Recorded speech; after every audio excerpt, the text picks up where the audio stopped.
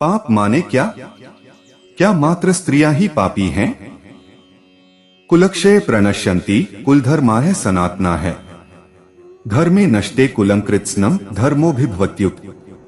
दर्शकों, कुल के नाश से सनातन कुल धर्म नष्ट हो जाते हैं तथा धर्म का नाश हो जाने पर संपूर्ण कुल में पाप भी बहुत फैल जाता है। दर्शकों, शुरुआत में यह वीडियो की बातें समझने थोड़ी कठिन जरूर जाएगी, लेकिन इसे ध्यान से और अंत तक सुनोगे तो अपना जीवन बदल जाएगा। तो उम्मीद करता हूँ कि आप इसे ध्यान से और अंत तक जरूर सुनेंगे और सच्चे दिल से कमेंट में जय श्री कृष्ण जरूर लिखेंगे। अर्जुन कहते हैं, हे कृष्ण, पाप के अधिक बढ़ जाने से कुल की स्त्रियां अत्यंत दूषित हो जाती हैं, और हे वाष्णे, स्त्रियों के दूषित हो जाने पर वर्णसंकर उत्पन्न होता है। दर्शकों, ये धर्म नष्ट हो जाने की और पाप बढ़ने से स्त्रियों के दूषित हो जाने की बात को वर्तमान समय में कैसे समझा जाए? और सिर्फ स्त्रियों की बात क्यों हो रही है? पुरुष पापी क्यों नहीं है? न स्त्री पापी है न पुरुष पापी है। जो ऐसा कुतर्क दे वो पापी है। अब अर्जुन को तो कोई प्यादा चाहिए चाल चलने के लिए, तो उसने स्त्रियों को प्यादा बना लिया। अर्जुन के मन में स्त्रियों के कल्याण की भावना अचानक थोड़े ही उदित हो गई है कि आया था रथ पर चढ़कर, कवच पहनकर, गांडीव लेकर, शंख लेकर लड़ाई करने, और तभी याद आ गया, अरे स्त्रियों का क्या होगा? ये सब बहाने हैं, इनको गंभीरता से मत लीजिए। स्त्रियों का बहाना नहीं बनाता तो कोई और बहाना बना देता। पुरुषों का बहाना भी बना सकता था, पशुओं का भी बना सकता था, थोड़ी और बुद्धि चलाता तो बच्चों का बहाना बना देता। कहता, ये सब जो लड़ रहे हैं इनके नन्हे नन्हे बच्चे हैं, ये मर गए तो उन बच्चों का क्या होगा? और आगे जा सकता था, कहता, ये मर गए तो इन्होंने घर में जो पशु पाल रखे हैं, किसी के गया है, किसी के टॉमी है, उनको रोटी कौन डालेगा? कुतर्क की कोई सीमा नहीं होती। तो इन सब बातों को बहुत महत्व मत दीजिए। यहाँ अर्जुन ने पाप का उल्लेख किया है। पाप का अर्थ क्या होता है? हमारे लिए पाप क्या है? जो शांति दे सो पुण्य, जो अशांति बढ़ा दे सो पाप। पाप और पुण्य आपकी स्थिति पर है। किसी भी स्थिति में जो विचार, जो कृत्य आपको शांति और मुक्ति की ओर ले जाए वो पुण्य है। जो आपको और फंसा दे वो पाप है। पर जब आदमी मोहग्रस्त हो जाता है, धर्म विरुद्ध चलना चाहता है, तब उसका मन 50 तरह के कुतर्क देता है। वैसा ही एक अद्भुत कुतर्क यहाँ पर अर्जुन ने दिया है। वो कह रहा है कि देखिए, लड़ाई हुई तो कुल का नाश हो जाएगा। मरेंगे कौन? ये जितने क्षत्रिय हैं सब मर जाएंगे। जब ये सब क्षत्रिय मर जाएंगे तो इनकी स्त्रियां क्या करेंगी? वो जाकर दूसरी जाति वालों के साथ समागम कर लेंगी, और एक जात और दूसरी जात के मिलन से जो बच्चा पैदा होगा वो कहलाता है वर्णसंकर, तो वर्णसंकर पैदा होगा। वो डरा रहा है कृष्ण को कि आप मुझे लड़ने को बोल रहे हैं। अगर लड़ लिया तो क्षत्रिय सब मर जाएंगे और क्षत्रियों की स्त्रियां दूषित हो जाएंगी। यही शब्द इस्तेमाल कर रहा है अर्जुन कि सब स्त्रियां फिर दूषित हो जाएंगी, क्योंकि वो सब स्त्रियां फिर इधर उधर भागेंगी। अद्भुत बात निकाली अर्जुन ने। और आगे जाता है, बोलता है कि इतना ही नहीं होगा कि वर्णसंकर पैदा होंगे। वर्णसंकर जब श्राद्ध आदि करता है तो उससे पितरों की आत्मा को शांति नहीं मिलती।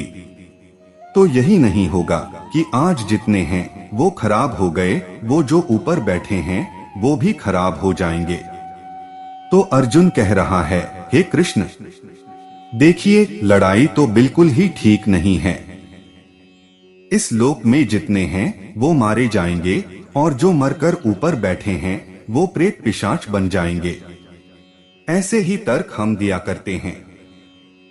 जब हम डरे होते हैं, जब मोहग्रस्त होते हैं, जब मन पर माया, ममता, ईर्ष्या ये सब छाए होते हैं, तो एक से बढ़कर एक तर्क निकलते हैं, बड़ी दूर की सोचते हैं। अभी अर्जुन का तर्क देखो तो ऐसा लग रहा है कि ये तो विश्व कल्याण का वाहक है। इससे बड़ा संत कोई होगा। ये सबको बचाना चाहता है। जिंदों की ही नहीं, मरे हुओं की भी फिक्र कर रहा है।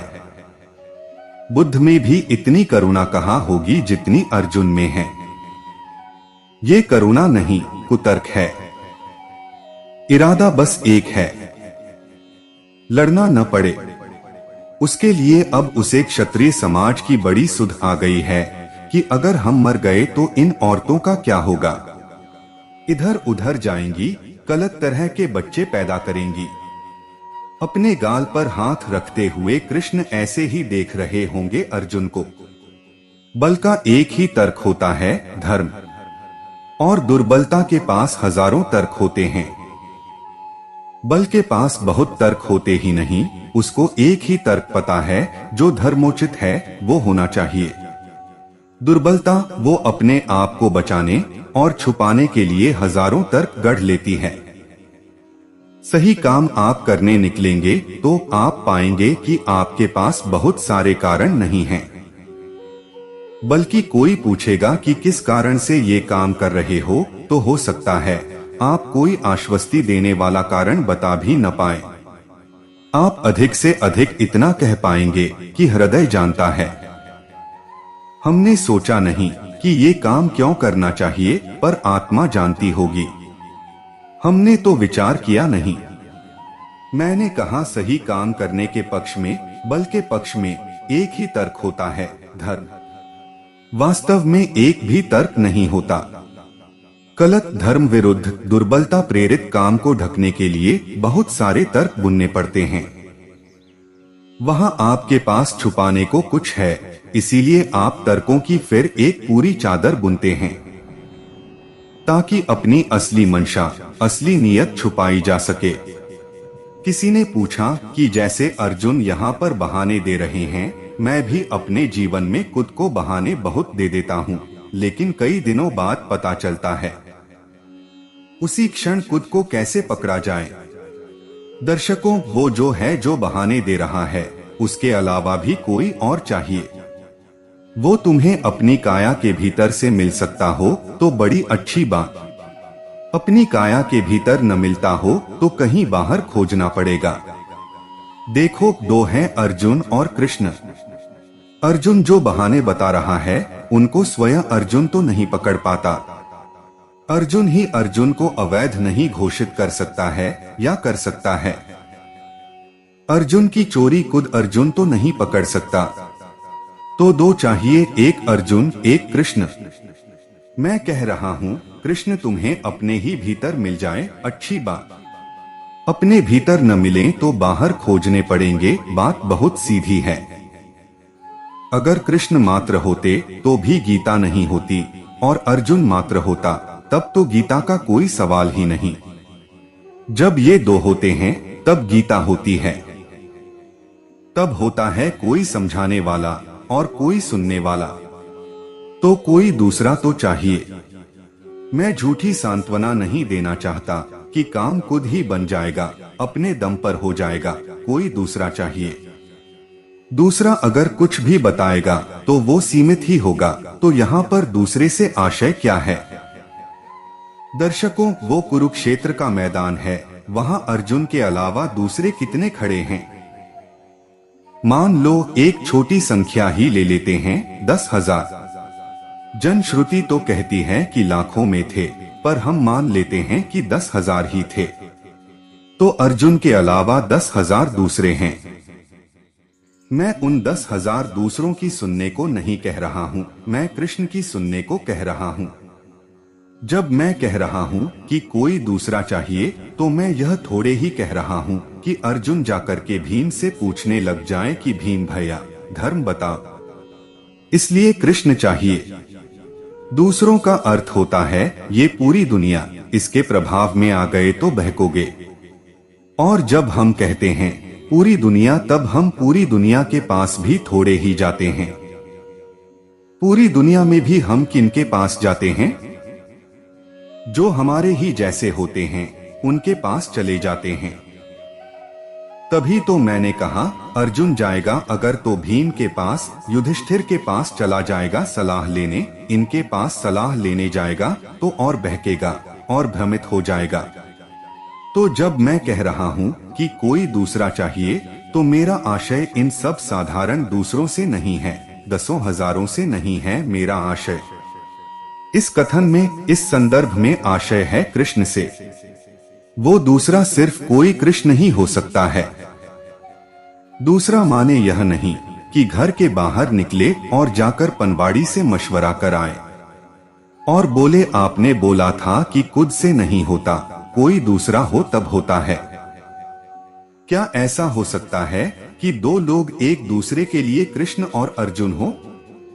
हाँ, बिल्कुल हो सकता है। पहचाने कैसे किसी कृष्ण को?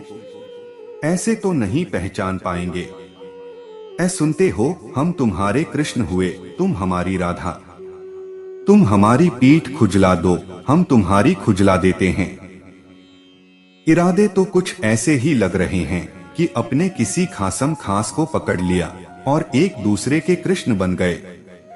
यारियों में ऐसा खूब होता है। ऐसे नहीं होगा। दम होना चाहिए किसी ऐसे से संबंध बनाने का जो बिल्कुल आपके जैसा न हो। हमारे सारे संबंध बनते ही उन्हीं से हैं जो हमारे ही जैसे होते हैं, और जो हमारे जैसा न हो उसके प्रति एक नापसंद उठती है और भय उठता है उससे। कृष्ण माने वो जो कहीं और का है। उससे संबंध बनाने के लिए बड़ी हिम्मत चाहिए। वो बात ही कुछ ऐसी करेगा जो बिल्कुल नई, अजीब और खतरनाक लगेगी। दिलासा नहीं देगा, अच्छा नहीं लगेगा। और मैं नहीं कह रहा हूं कि ये जो दूसरा है, ये जो कृष्ण है, ये कोई व्यक्ति ही होना चाहिए। और अगर व्यक्ति है भी तो कोई आवश्यक नहीं है कि वो लगातार एक ही व्यक्ति होना चाहिए। ये सब बातें बहुत महत्व की नहीं हैं। महत्व की ये बात है कि कोई दूसरा माने भिन्न, अलग, जो बिल्कुल ही अलग हो आपसे, है या नहीं। दूसरा होना चाहिए। जहां मिले, जैसे मिले, जिस कीमत मिले, उसको स्वीकार करें, उसको ले आए। अर्जुन की भक्ति और सौभाग्य की उसे श्री कृष्ण का मार्गदर्शन प्राप्त हुआ, जिससे कि वे कर्म और कर्तव्य के मार्ग पर चल सके। पर साधारण मन और जीवन के लिए यह इतना सरल नहीं लगता। अपनों के विरुद्ध जाकर विजय उत्सव मनाना कैसे सहज है। दर्शकों, वो तो इस पर निर्भर करता है कि अपनों की आपकी परिभाषा क्या है। वो इस पर निर्भर करता है कि स्वयं की आपकी परिभाषा क्या है। स्वयं को अगर आप देह मानेंगे तो आप अर्जुन को भी देह मानेंगे, क्योंकि आपके अनुसार फिर इंसान देह ही होता है। और अर्जुन अगर देह है तो उसके अपने हुए वो सब जिनसे उसका देह का रिश्ता है। कुल कुटुंब वाले भाई, चचा, ताऊ, पितामह, तो उनको आपने तत्काल कह दिया कि अरे वो तो अर्जुन के अपने हैं। कैसे हैं वो अर्जुन के अपने? समझाइए तो। थोड़ा विचार करिए, कैसे आपने कह दिया कि कोई आपका अपना है? अपना कैसे? किस दृष्टि से अपना? और किनको अपना कह रहे हो? उन्हीं को जिनसे रक्त, मांस और गर्भ का संबंध है, जिनकी रगों में तुमसे जुड़ा हुआ खून दौड़ रहा है। उनको तुरंत कह देते हो कि ये मेरे अपने हैं, या जो सहोदर हैं तुम्हारे, उनको कह देते हो कि ये मेरे अपने हैं। सब बात शरीर की ही है, खून, मांस, उदर। तो देख रहे हो कि अपनेपन के पीछे क्या बैठा हुआ है। सघन देहभाव। जो ही मेरे शरीर से संबंधित है मैं उसको बोल दूंगा अपना। यानी तुम सबसे पहले अपना किसे बोल रहे हो? अपने शरीर को। आप कह रहे हैं कि अपनों के विरुद्ध चला गया अर्जुन कृष्ण की बात सुनकर। अपनों के विरुद्ध नहीं गया, वो अपने के साथ रहा। अर्जुन अगर देह नहीं है, अर्जुन अगर बोध और शांति के लिए छटपटाती चेतना है, तो अर्जुन का अपना तो बस एक है, कृष्ण। तो अर्जुन अपनों के खिलाफ गया या अपनों के साथ गया? युद्ध करके मैं पूछ रहा हूँ, अर्जुन अपनों के खिलाफ गया या जो एकमात्र उसका अपना था उसके साथ गया? देह बनकर देखेंगे तो यही लगेगा कि अर्जुन अपनों के खिलाफ गया, और चेतना बनकर देखेंगी तो समझ में आएगा कि अर्जुन का अपना तो कोई था ही नहीं, अर्जुन का अपना तो कृष्ण भर थे। जो अपना था उसी के साथ अर्जुन चला गया। ठीक ही किया, स्वाभाविक बात है। इतनी जल्दी आग्रह मत पकड़ लिया करिए इन गंभीर मसलों पर। बहुत विचार करके बड़े ध्यान के साथ कहा करिए कि कौन अपना है कौन पराया। जिसने आपको अपना कह दिया आप उसी के जैसे हो जाएंगे, और जिस नाते आपने किसी को अपना कह दिया वो नाता ही आपके जीवन का केंद्र बन जाएगा। जिसको आपने देह के नाते अपना कह दिया उसकी उपस्थिति आपको देहाभिमानी ही बनाकर रखेगी। समझिए बात को जो आपके साथ मौजूद है, क्योंकि उससे आपका शरीर का रिश्ता है। उसकी संगति में, उसके संपर्क में आप लगातार देही बने रहेंगे। देह बने रहेंगे क्योंकि देह नहीं बने तो रिश्ता टूट जाएगा। आप किसी के साथ चल रहे हैं जिससे आपका रिश्ता देह का है, तो वो रिश्ता आपके लिए अनिवार्य करके रखेगा कि आप देहभाव में ही जिए, क्योंकि जहां आपका देहभाव घटा तहां वो रिश्ता टूटा। इतनी आसानी से रिश्तों पर ठप्पे मत लगाया करिए। इतनी आसानी से तय मत कर लिया करिए कि कौन सा रिश्ता अपना है और कौन सा रिश्ता पराया है। गीता पर बहुत बात करी है और हैरान रहा हूँ कि बार बार यही मुद्दा उठता है कि राजपाट के लिए अपनों के खिलाफ जाना कैसे ठीक है, और किसी को ध्यान ही नहीं आता कि ये अपने शब्द का अर्थ क्या है। अपना कौन, अपना कैसे? अध्यात्म के मूल में ही है स्वयं को जानना, मैं कौन। अभी ये तो पता नहीं है कि मैं कौन, तो ये कैसे पता कि मेरा कौन? आप कौन हैं ये पता नहीं, अपना कौन है ये पहले पता है। ये तो बड़ा तीर चलाया। मैंने पूछा, एक से पूछा, यहाँ कैसे? बोली कि यहाँ मैं हूँ, मैं कौन हूँ? साधना करने आई हूँ, को हम पता करना है मैं हूँ कौन। मैंने कहा, और ये आपके साथ कौन? बोली, ये मेरे बॉयफ्रेंड हैं। देवी जी समझ भी नहीं पा रही थी कि उन्होंने कितनी विरोधाभासी बात कर दी है, कितनी सेल्फ कॉन्ट्राडिक्टरी बात कर दी है। अगर तुम्हें नहीं पता है कि तुम कौन हो तो तुम्हें ये कैसे पता है कि ये जो तुम्हारे साथ है वो तुम्हारा अपना है? पर नहीं, मुझे यह तो नहीं पता कि मैं कौन हूँ, पर मुझे यह पता है कि ये मेरे पति हैं और ये मेरा बच्चा है। अगर तुम्हें पता है कि ये तुम्हारे पति हैं और ये तुम्हारा बच्चा है, तो फिर तुम्हें ये भी पता होगा कि तुम कौन हो। नहीं, वो तो हमें नहीं पता, वो आप बता दीजिए। अगर अपना नहीं पता तो अपनों का कैसे पता? पर अपनों का हमें खूब पता होता है, फिल्में खूब देखी हैं। अब हिंसा का आरोप तो लग ही गया है, तो दिल दुखाने वाली एक दो बातें बोल ही देता हूँ। कोई नहीं है अपना। तुम लाख गा लो कि प्रियतमा अपनी है, या प्रियवर अपने हैं, या लाडला अपना है, या दोस्त यार अपने हैं। कोई नहीं है अपना। जब तक ये अपना पराया खेल रहे हो तब तक अपने तक नहीं पहुंच सकते, आत्मा तक नहीं पहुंच सकते। आत्मा तो असंग होती है, उसका कोई संगी साथी होता ही नहीं, उसका कोई कुटुंब, कोई रिश्तेदार नहीं होता। और चलो आत्मा तो दूर की कौड़ी है। अभी भी जो तुम हो, एक छटपटाती रूह, एक अतृप्त चेतना, उसका अपना तो वही होगा जो उसकी छपटाहट शांत करे और तृप्ति दे। जिनको अपना बोल रहे हो वो तुम्हारी छपटाहट शांत कर पाते हैं, तुम्हें तृप्ति दे पाते हैं वास्तव में? नहीं, तो फिर वो अपने कैसे हो गए? सिर्फ इसलिए कि डीएनए एक है। ये हमारे अपनेपन की परिभाषा है, हमारा तुम्हारा डीएनए सेम टू सेम। और वो भी कई बार सेम टू सेम होता नहीं है, ऐसा घोर अपनापन है हमारा। जैसे छोटे बच्चे, अरे वाह, तेरी पेंसिल भी कैमल की है, मेरी भी कैमल की है, हम दोनों भाई भाई। वैसे ही डीएनए लेकर घूम रहे हो, जिससे डीएनए मिल गया, तू मेरा। दो ही तरह के अपने होते हैं हमारे, एक जिनसे डीएनए मिल रहा होता, दूसरा जिनसे मिलाना होता है। चेतना वगैरह की बात ही बहुत दूर की है।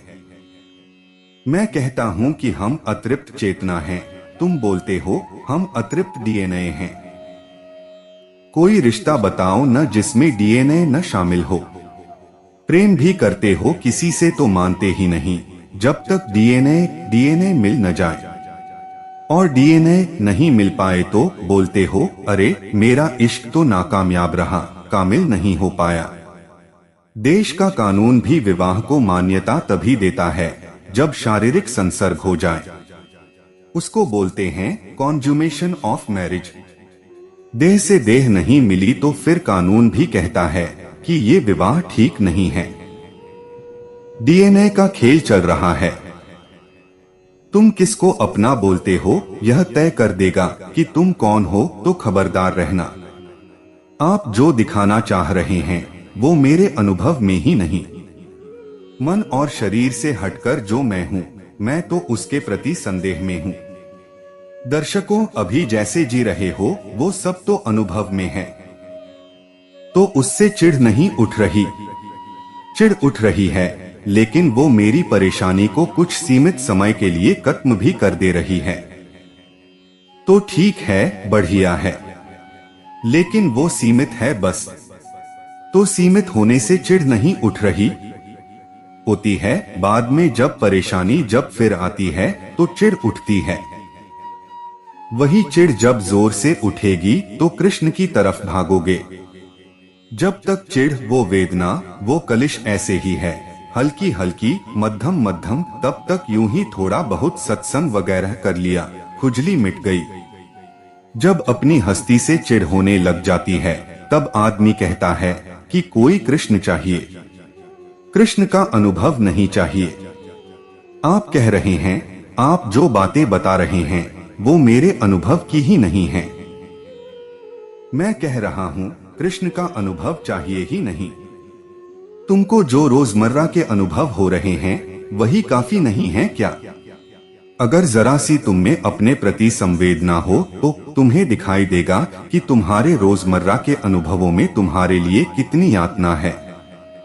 रो नहीं पड़ते हो कि ये किन अनुभवों में जी रहा हूँ, और अगर अभी नहीं रो पड़ते हो तो मैं कह रहा हूँ कोई बात नहीं। दुनिया के मजे लो, मेला ठेला घूमो। अध्यात्म कोई जबरदस्ती थोड़े ही है। जिनको समस्या ही नहीं उठ रही उनको बांध बांध कर ले आओ अस्पताल, तो अस्पताल में दंगा कराओगे बस। अध्यात्म उनके लिए है जिनमें अपनी वर्तमान स्थिति के प्रति एक वितृष्णा उठी है। उस वितृष्णा के बिना काम नहीं चलेगा। कोई शौक नहीं है अध्यात्म की, कई काम कर लिए, अब अध्यात्म भी करके देखेंगे। आजकल हमने 2 नए काम शुरू किए हैं। क्या? एक वायलिन सीख रहे हैं, दूसरा अध्यात्म। अध्यात्म कोई हॉबी शौक है। जिनके पास कोई रास्ता नहीं बचता सिर्फ उनके लिए है अध्यात्म। अध्यात्म ऐसा थोड़े ही है कि व्यक्तित्व बनाने चमकाने की कोई चीज है। आजकल तो अध्यात्म को जोड़ देते हैं योग इत्यादि से भी, कि सुबह सुबह पहुंच गए आसन लगाने और कह रहे हैं कि अब आध्यात्मिक हो गए। इन बातों से अध्यात्म का क्या लेना देना? अध्यात्म उनके लिए है जो अपने आप को अर्जुन जैसी स्थिति में पाए।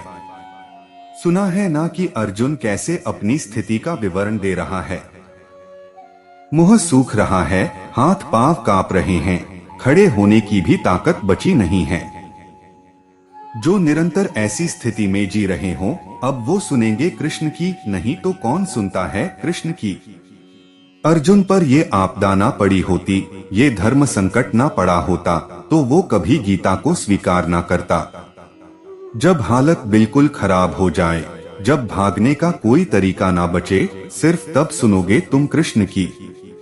उसके पहले तो तुम्हारे जीवन में जो कृष्ण हैं, वो तुम्हारा शौक मात्र हैं।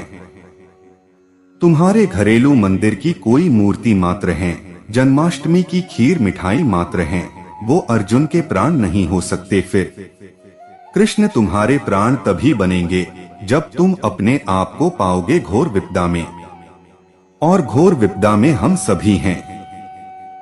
बस कोई कोई होता है जिसको ये एहसास हो जाता है, जिसमें ये ईमानदारी होती है कि माने कि उसकी जिंदगी बड़े संकट में है। बाकी तो यही कहते रहते हैं ऑल इज वेल, बढ़िया चल रहा है। कोई संत चाहिए फिर जो कहे आन पड़ा चोरन के नगर, दर्शन बिना जे तरसेरे। हम कहाँ कहते हैं कि आन पड़ा चोरन के नगर, हम तो कहते हैं बढ़िया है सब। घर तरक्की कर रहा है, नई गाड़ी आने वाली है, लड़के को ऑस्ट्रेलिया भेज रहे हैं। हमारे लिए तो सब अच्छा ही अच्छा है। जिनको दिखाई देने लग जाए कि अच्छा अच्छा नहीं है, कृष्ण उनके लिए हैं। तुम्हारा सब अच्छा अच्छा चल रहा है तो चलाओ, अभी क्यों जबरदस्ती मुसीबत आमंत्रित कर रहे हो। खेल खिलौना नहीं है अध्यात्म। जब अपनी जिंदगी से बिल्कुल ऊब जाओ तो आत्मदाह की आग है, अध्यात्म अब खत्म होना है। जैसा जीवन चल रहा है ये जीवन खत्म होना चाहिए, तब अध्यात्म है, शक्ल नहीं है। कृष्ण अर्जुन को मेडिटेशन करने को थोड़े ही बोल रहे हैं। वो बोल रहे हैं खड़ा हो जा, तीर चला। वो वहां बैठ जाए महामुद्रा मारकर तो सबसे पहले कृष्ण ही उसको मार दें। नहीं, लेकिन अहिंसावादियों को बड़ा अच्छा लगेगा और मेडिटेशन वादियों को भी बड़ा अच्छा लगेगा। तो दर्शकों, उम्मीद करता हूँ कि आपको वीडियो पसंद आया होगा, और आप हमारे चैनल पर नए हो तो वीडियो को लाइक और चैनल को सब्सक्राइब जरूर करें। आपके एक लाइक से ही हमें प्रेरणा मिलती है और हम मोटिवेट होते हैं। धन्यवाद।